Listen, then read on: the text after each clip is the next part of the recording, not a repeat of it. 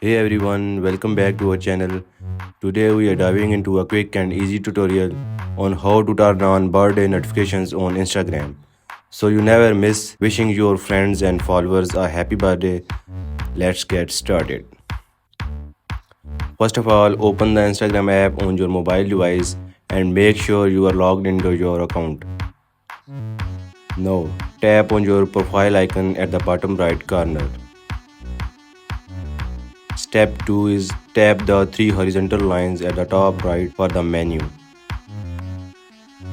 Scroll down and find settings, tap on it. Within the setting, locate and select notifications. Now scroll down to find the birthday section. Finally, turn on birthday notifications. So you are all set. Instagram will now notify you about upcoming birthdays so you can send your best wishes. If you found this helpful, don't forget to subscribe for more useful tips. See you next time.